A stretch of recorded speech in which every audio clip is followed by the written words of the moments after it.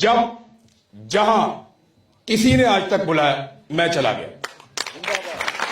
मुझे ये कल पता चला कि ये कोई अबाबील है, मुझे नहीं पता था। मुझे आपने कहा पाकिस्तान के लिए, सोशल मीडिया के लिए, मैं आ गया। अभी मुझे कुछ लोगों ने कहा कि वो लंदन में जाना है, अरशद भाई के लिए एक वो कॉन्फ्रेंस है, वो वहां जो जर्नलिस्ट हैं लंदन के उन्होंने की थी।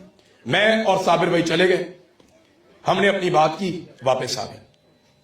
अभी हमें कोई लोग कह रहे हैं कि उसमें बर्मिंघम में जाना है हमें, फिर आयरलैंड में जाना है हमें, फिर यूनाइटेड स्टेट्स में जाना है। तो जहां जहां जो बुलाएगा हम चले जाएंगे।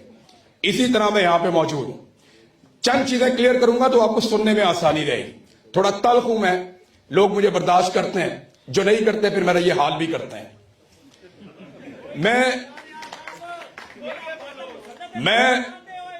मैं आपके सामने सर देखें, मेरा किसी भी पॉलिटिकल लड़ाई से कभी भी कोई लेना देना नहीं था।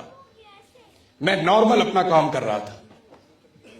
जैसे अरशद शरीफ